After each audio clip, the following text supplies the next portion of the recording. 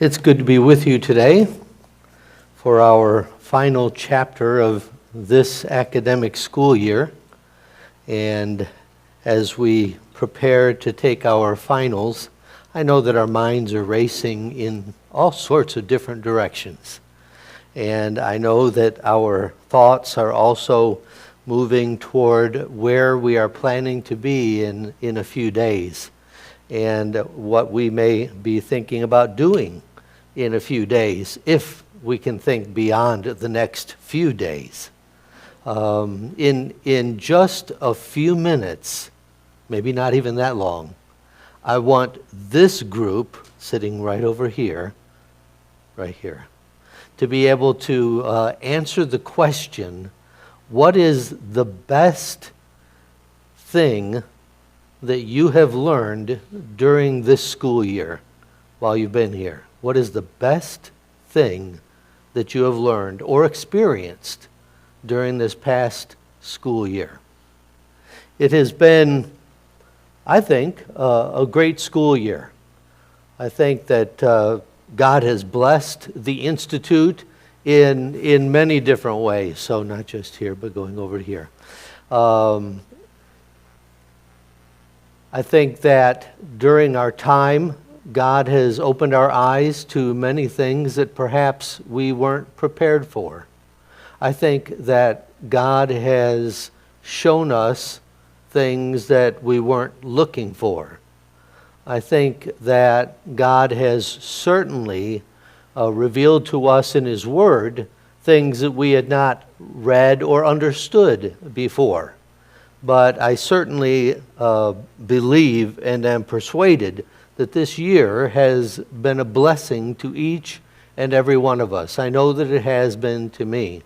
And so now let's find the answers to my question. And my question is limited to our level 1 students and tweeners who are getting ready to become level 2 students. So I am looking for answers out loud, not just answers in your head. And so let me hear from you as to one thing that you have learned during this year. Yes. 1 John 5:13 became a reality for me this year. I'm so glad. I write these things to you who believe in the name of the Son of God, that you may know that you have eternal life. I had read it before, studied it before, but I came to believe it. That is one of the greatest lessons that a Christian can ever learn and grab a hold of. What else?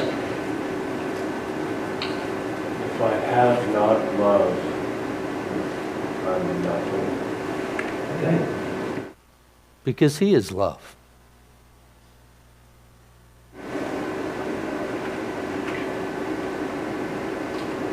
I'm not working and growing to earn my salvation, but rather God has given me that salvation.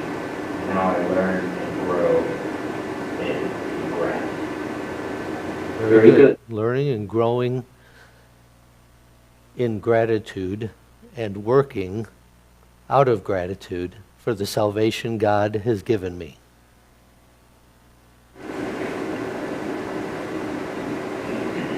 Yes. I think that the biggest thing is that this has been a transformative environment.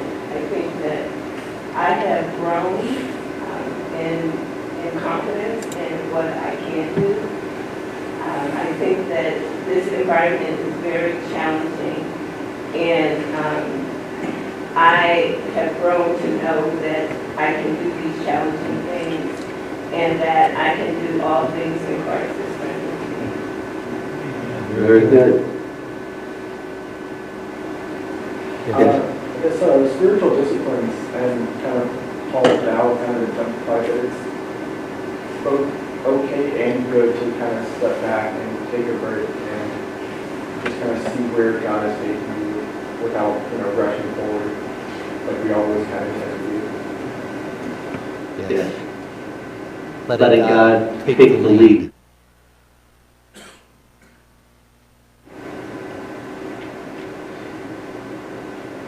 Yes. I'm just thinking about how the people in Corinth and how they were just messed up as messed up could be, but they were still children of God, and Paul still called them sanctified. Okay. And that means that God can still look at us that way, can't he? If he can see the Corinthians that way. And we need to see one another that way, don't we? Yes. There's a lot I could say, but I think it's all summed up in learning a greater appreciation and value of who Jesus is. Yes. The past 4 months have been so transforming for us in so many ways, but I think that the biggest thing that I've taken away is just practical tools for evangelism. We're learning how to get out there and talk to people and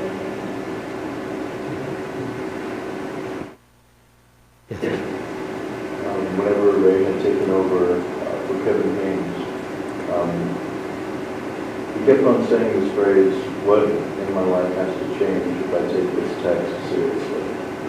And I've wrestled with that a lot. It's not allowed me to just read the text. And we cannot be readers of this text, can we? We have to allow it to change us, examine us, and make a difference in our life and in the lives of others.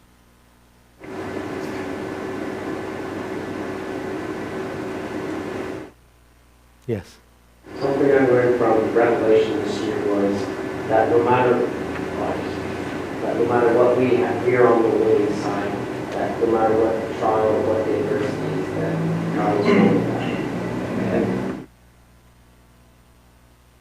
Yes.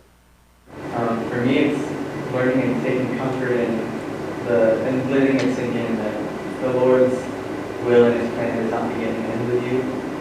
You know, so after you're gone, whatever it is that we're doing in that ministry will still be there. The Lord will see it through this as well. Just have faith in the Lord, you know, and just, you know, allowing yourself to let go of a lot of the burden on your shoulders by thinking that all that's still going to happen if you're going to go to the place of this industry. That also relieves us of our pride, doesn't it? Yes. Yes. I think not necessarily learn is through that experience is the support system. Everybody cares about it. No one is left out, no one is left behind. It's all for love.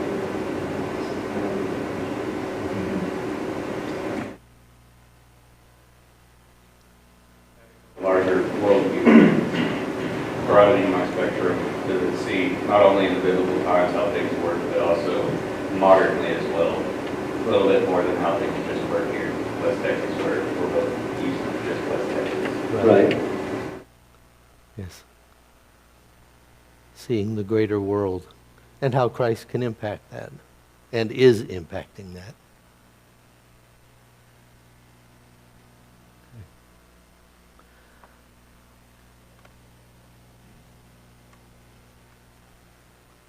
I'm glad. Yes. A lot of truth that I've known with my mind being told, I'm now learning with my heart and my life and living it. Very good.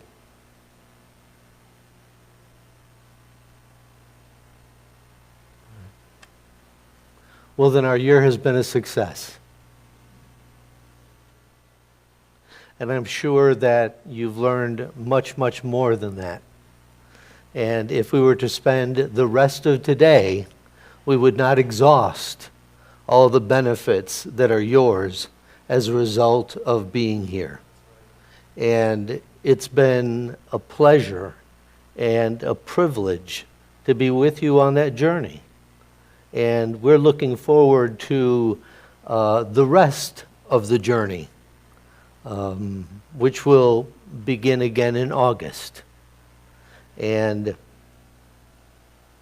recognizing that summer is upon us, in a sense, and that we are going to be scattering in many different directions, I think that it's good for us to take a little bit of time and consider some things that I think are beneficial as we depart this place and as we do some of the things that we're going to be doing over the next couple of months. As I was thinking about this, my mind ran to the experience of the Israelites in the book of Joshua, chapter 22. And it was what Joshua was saying to the tribe of Reuben, Gad, and the half-tribe of Manasseh as they prepared to cross over the Jordan after the land had been taken. You'll recall that they stayed on the east side of the river. I think Arthur told you something about that, or someone did, at least in your Old Testament history. And you know the story about them going across, and you know that they were going over to the land that Moses had given to them and to their families, and you know that they had left their families behind in order to go and to fight with the rest of Israel. And these are the words that, that Joshua gives to them, beginning in verse 1. Then Joshua summoned the Reubenites and the Gadites and the half-tribe of Manasseh and said to them, "You have kept all that Moses, the servant of the Lord, commanded you, and have listened to my voice in all that I commanded you. You have not forsaken your brothers these many days to this day, but have kept the charge of the commandment of the Lord your God. And now, the Lord your God has given rest to your brothers as he spoke to them. Therefore, turn now and go to your tents, to the land of your possession, which Moses, the servant of the Lord, gave you beyond the Jordan. Only be very careful to observe the commandment and the law which Moses, the servant of the Lord, commanded you, to love the Lord your God and walk in all his ways, and keep his commandments, and hold fast to him, and serve him with all your heart and with all your soul." So Joshua blessed them and sent them away, and they went to their tents. We're sending you away for the summer. Some of you will indeed perhaps occupy tents as you go out and take a little bit of time. Maybe you'll go to the mountains or some other places, or to some of the encampments that our brotherhood will be hosting during the summer.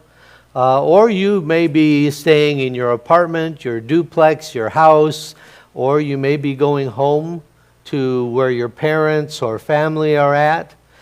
You may be going on an internship. And so you may be staying with others whom you perhaps have never met, or maybe you've just met a little bit. But no matter where you are going, I certainly want to remind you of the same things that Joshua reminded the people long ago. You have been careful while you have been here to follow the word of the Lord. You have sought to have your lives transformed. You have tried to grow. You have been diligent in your studies.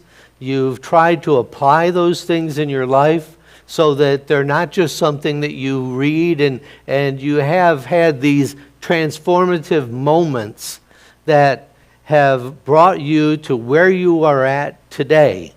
And you are about to enter the Great Tribulation, called final exams. But fear not. We all win with Jesus. And the most important thing is what we learn and what we are then able to apply in our lives and in our ministry, which is far greater than any grade that we may achieve. Because we serve an awesome God and we want to be used by Him. And I pray that we will be used by Him this summer.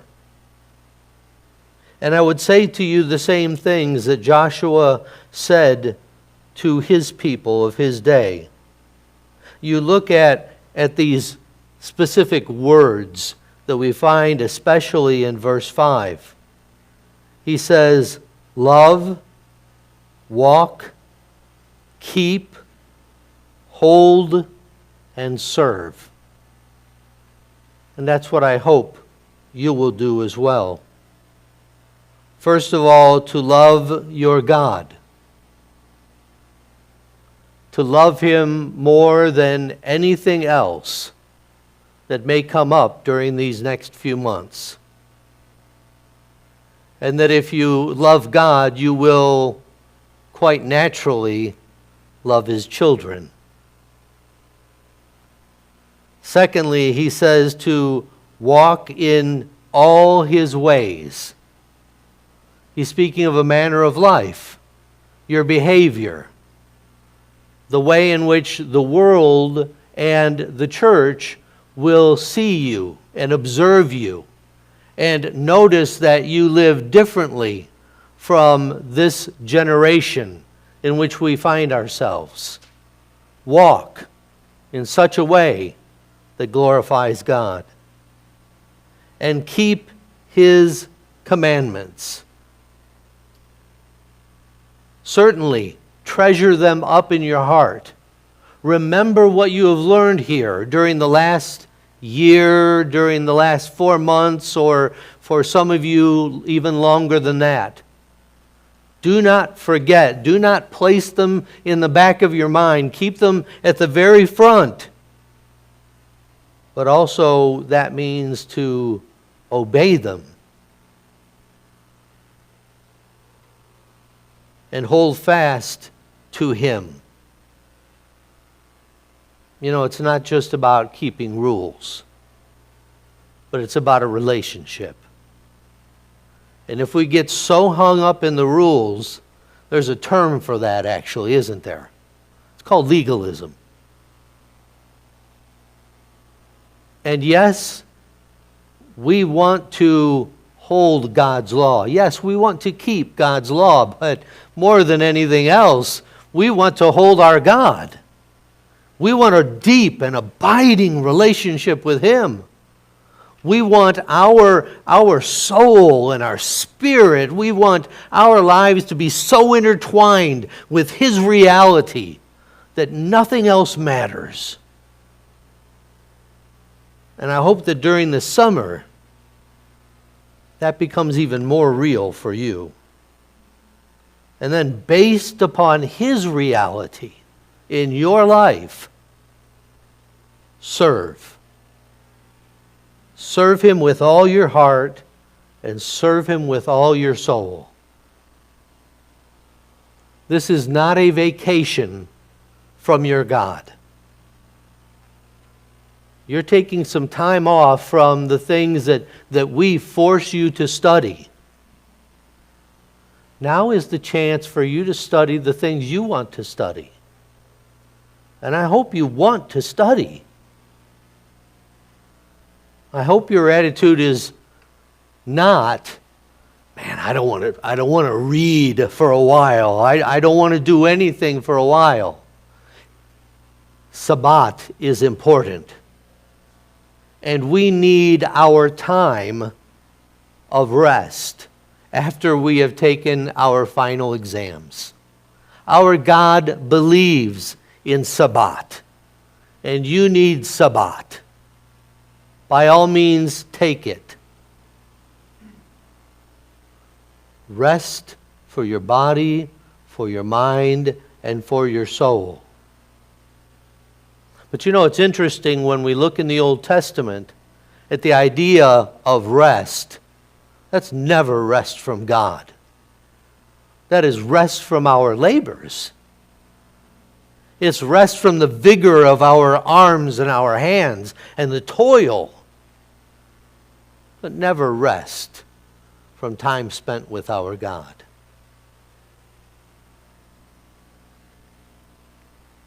If you're looking for something to binge, binge Him.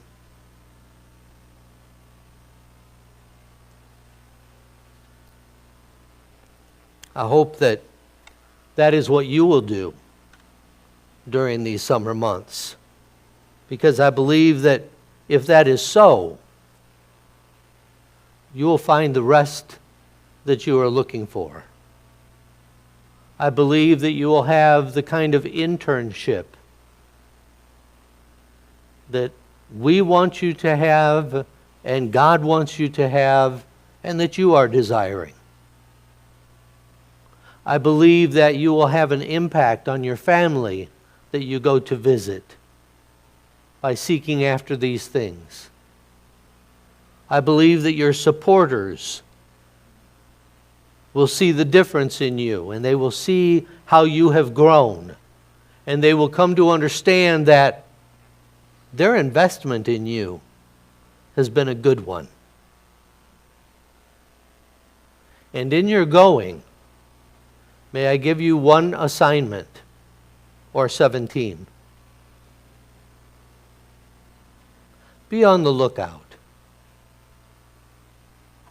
for someone that you think could benefit from the same thing that you've benefited from this year. Would you take back, or give back, or lose what you have received this year? I mean, if you had it all to do over again, would you deny yourself what you have had? I think not. And I know you wouldn't deny anybody else of that. But look around you and see who else could also benefit from what you have received. And put them in contact with Tom or somebody else so that they can experience what you have experienced as well. You've been given a handout, and on that handout, I believe are some important things that you should consider before leaving here. And so this is another assignment of the 17. Please read this, and just like in our other readings, don't just read it, but observe it. And that word observe means, thank you, obey, participation. I love it. It means to obey those things. So, plan for being away. If you need to post-date a check in order to pay your rent, if you need to arrange for somebody to do your yard, do that. Don't leave things undone. Remember who you are. Remember whose you are. Remember that you also represent this school, and that those who rent to you and those who live near you know that. And so let's indeed take care of those very things so that our standing in the community can remain a good one.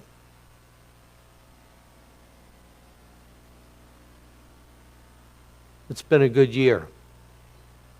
And I know you have been blessed, and we have been blessed because you've been here. It has been, as I said earlier, a privilege for us to be on this journey with you. We want you to remain safe over the summer. And we want you to return to us so that we can continue this journey. Because we're not done. There's so much more for us to learn together, and so much more growth for us to experience. May the Lord bless and keep you.